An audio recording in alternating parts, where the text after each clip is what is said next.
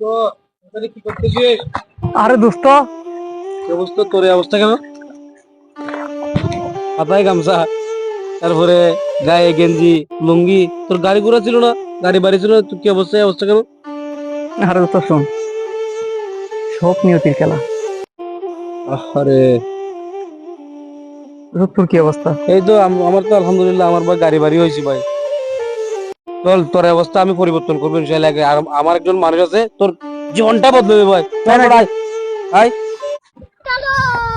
रोम रोम भाइयों सिस्टम पार देंगे।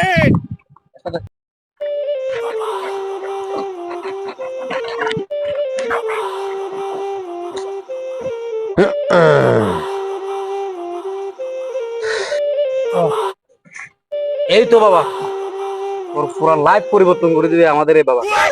বস এখানে। বস।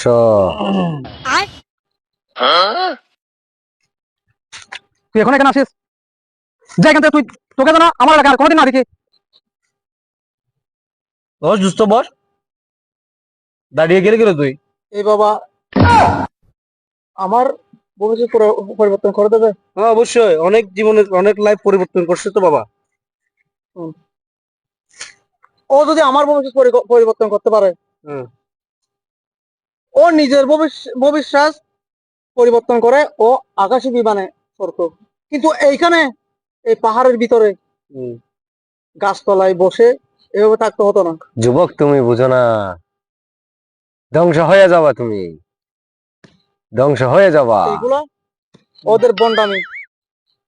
আচ্ছা আচ্ছা আচ্ছা, দোস্ত তোর থেকে আমি যে এটা প্রথম জানলাম, এটা তো আমি বলেছিলাম। শুধু শুধু একিন করবি শুধু আল্লাহ আর রসুল দুজনের।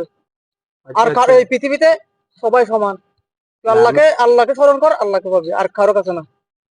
আচ্ছা আচ্ছা। পড়ে গেলাম নাকি? শোন, শোন, শোন, শোন, শোন, শোন।